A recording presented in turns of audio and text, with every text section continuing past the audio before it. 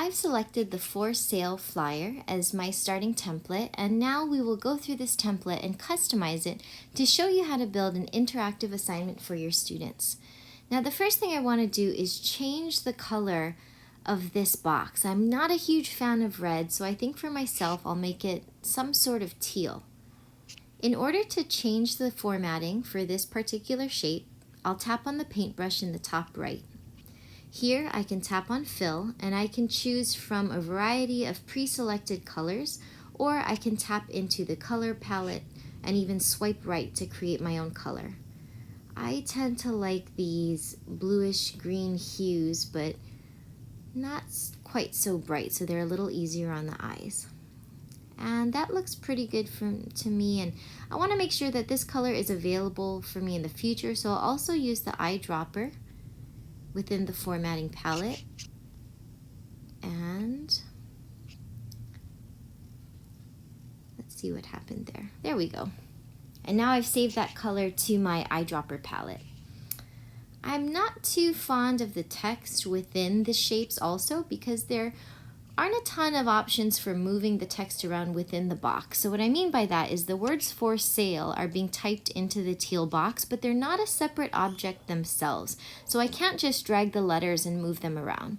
So instead of having for sale typed right into the document, I'm actually going to delete that and add my own text boxes. In order to do that, I'll press the plus sign at the top right and select shapes. So when you press the plus sign, you can add in a table, a graph, shapes and text, as well as different types of media. So right now I'll add in a text box, and I think I'll create a book report. So by double tapping within the box, I can type in the book title. And right now I'm in the Greek keyboard and I'm not exactly sure why.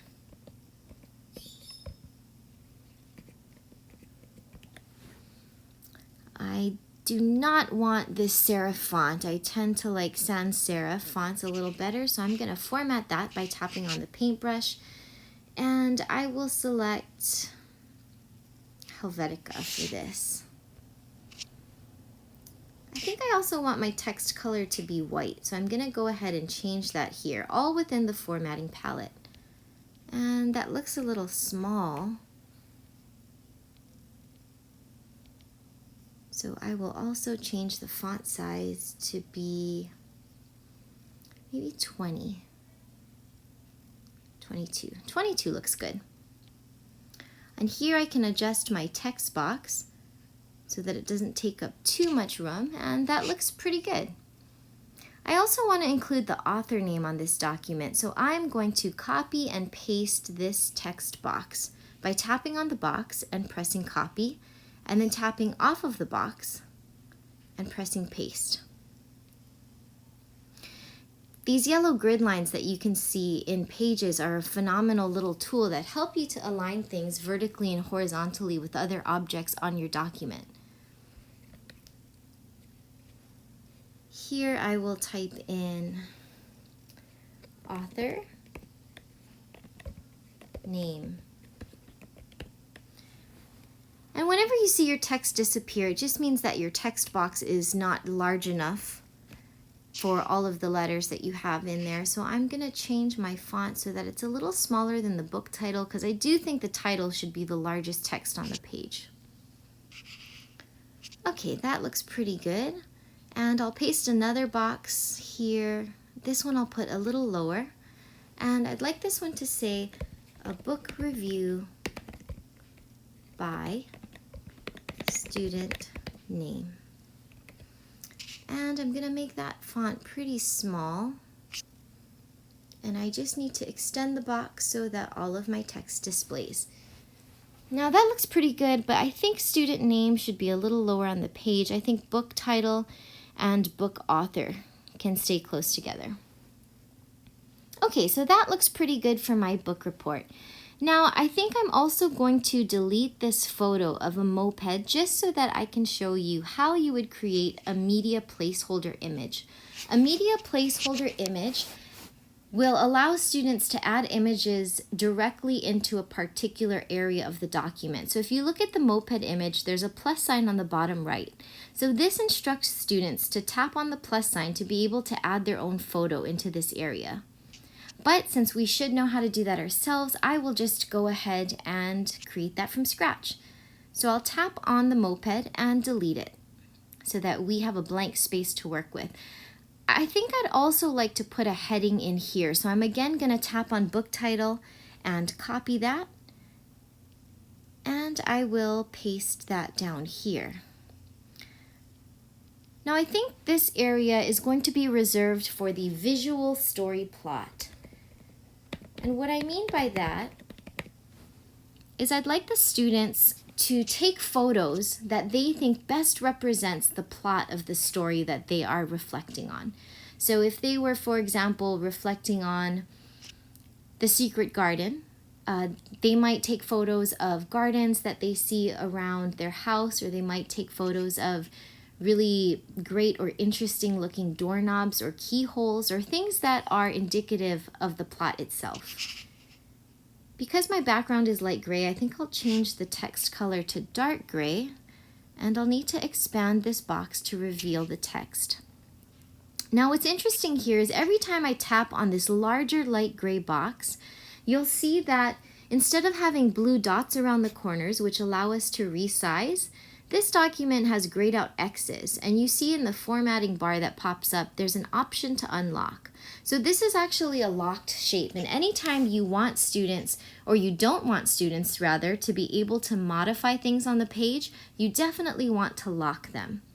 So here on the right, if you see that I tap on Format, which is the paintbrush, while the light gray box is selected, I have the option to unlock this shape to allow students to play with the sizing.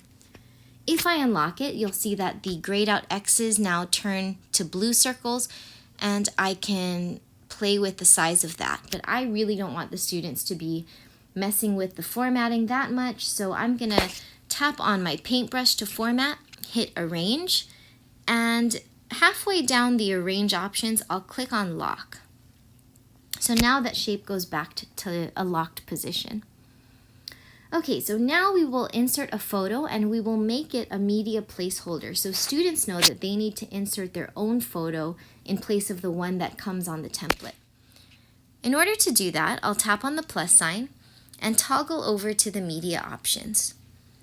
Here I can either take a photo directly from within the Pages app by selecting camera, or I can tap on photo or video and I can access my recent library. Here I have a picture of a hibiscus, and I think I'll use that as my media placeholder. You can see here that the orientation of this photo is vertical, so I'll have to do some resizing.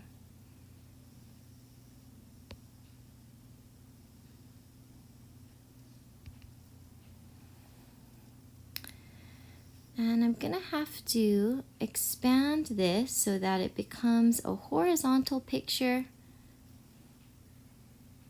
And the way that I did that was by double tapping on the photo, which will bring up this slider tool at the bottom. So just so you can see that again, double tap on the photo, and then you can click on the slider to change the view. So I can zoom in or I can zoom out depending on how much of the flower I'd like into the photo. And I will select Done. So now here I have this beautiful picture of a hibiscus, but yet it's not really clear to students that they need to replace this photo with their own, and it's not clear how to do that specifically, so I want to make this photo a media placeholder so it has that small plus sign in the bottom right of the screen that allows students to just replace this photo with their own. In order to do that, make sure that the photo is selected, tap on the paintbrush in the top right, and toggle to Image, which should be the middle selection. Here you see a few options for the image, and we would like to set this as a placeholder. So at the bottom of your options, you see Replace, Description, or Set as Placeholder. And this is what we want to tap so that students are able to just simply replace the photo by tapping on the plus sign in the bottom right corner of the hibiscus image. And that looks pretty good. I think that I will also change the bottom right box. I'm not really interested in having a lot of text there. In fact, I'd rather have students write down brief one-sentence descriptors about the book. So here I'm going to delete the text. Again, I'm not a huge fan of being able to type directly in the shape. So the words that were previously there in the dark gray box were actually typed directly onto the gray shape, which is why you can't click on them to move them around. So I would rather press the plus sign, select shapes, and then select a text box. So here I can move my text around by just dragging on the cell. And I'll double click into it to type my thoughts about the book.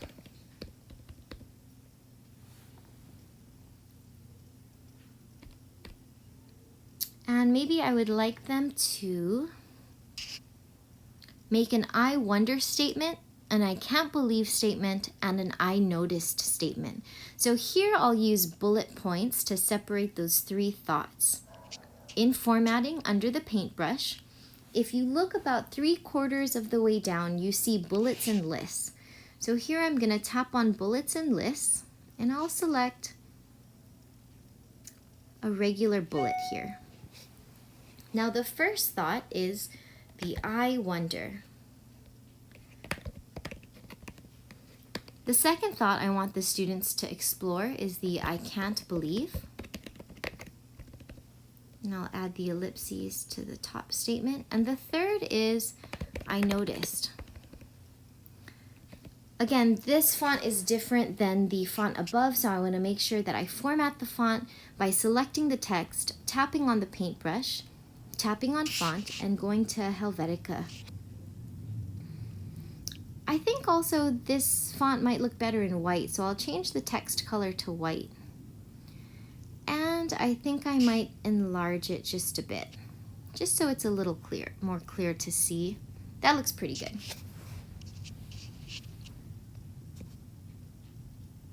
So you'll notice here that our text box is not locked because you see the blue dots around the text box. And our gray box is also not locked, but I actually want to lock the gray box because it no longer holds text within it. We created a separate text box to hold the three statements, and so I want the shape to be locked. I don't want the students to be playing around with the gray box. So I'll tap on the paintbrush, tap on Arrange, and hit Lock. Now in the bottom left corner, I definitely do not need a price. So I'm going to delete all of this text. Again, I'm not a huge fan of typing directly into shapes. And I definitely want to change the color of this red box. I'll tap on the red box and hit Format, which is the paintbrush, and then tap on Style. And here again, I can change all of the formatting options. So I'll tap on Fill. And remember, we saved that teal color from our top box in our palette. So I'll tap over to Color, swipe right, and there under the eyedropper, I see our teal color from above. So I think that's starting to look a little better. And because I'm not going to type directly into the shape, I also want to lock this. So again, tap on the paintbrush, tap on Arrange, and tap on Lock. Now here, I would like for the students to film a video of themselves giving a recommendation or a review about this book. In order to do that, I'm going to input my own video that has instructions for the students. So the video that I put in would say, record a 30-second or less video of your book review. Replace this video with your video. I always like to include video instructions on my worksheets. I feel like the students just take a little more time to think deeply about what the instructions are, and then they can always replay the video if they have any questions.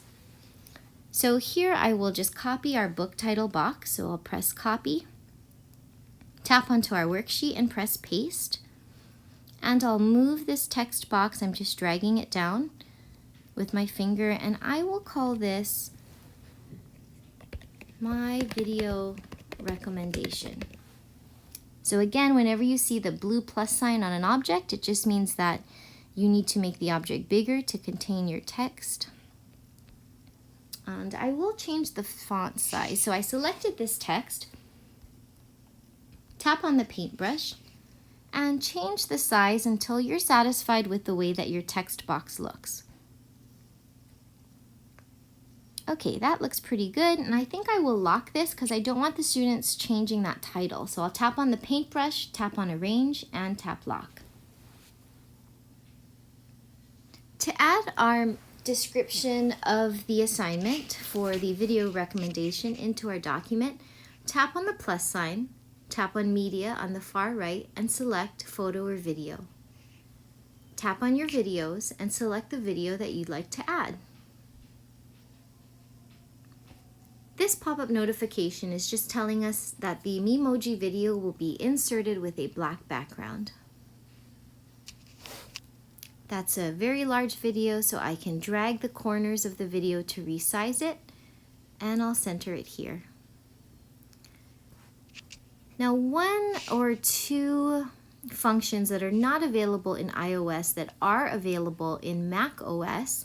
So again, the difference is that iOS is the operating system that runs on iPads and mobile devices like phones, and Mac OS is what runs on computers, so desktop or laptop. Two functions that are available as far as I've found, only available on the computer version of Pages, meaning Mac OS, is the ability to make placeholder text and media placeholder video. So just like we made the hibiscus photo a placeholder photo, making a video or making text a placeholder text is only available in the computer version of Pages. So I will do a little more investigation into that to see if that is something that has been released that I am unaware of.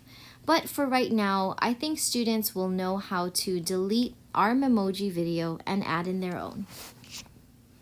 I think I'd like to add something a little more dynamic and aesthetically pleasing to this. So I'm going to tap on the plus sign, tap on Shapes, which is the circle and the square, and I'm going to look for an arrow. I'm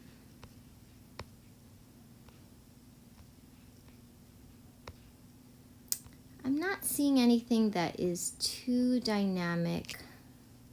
So I guess the basic arrow will work for us. So I'll just go ahead and use this arrow here.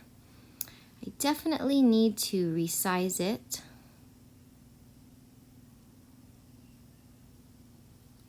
And then we'll bring this down. And I'm not a huge fan of the blue, so I might format this by tapping on the paintbrush. And I will change this color to probably a lavender. And then I will lock this because I don't want them to play with the arrow. So I'll tap on Arrange and I'll hit Lock. And there you go. We have transformed our for sale flyer into a book report. Now, some of the last steps is to rename this. So we can call this Book Report 1.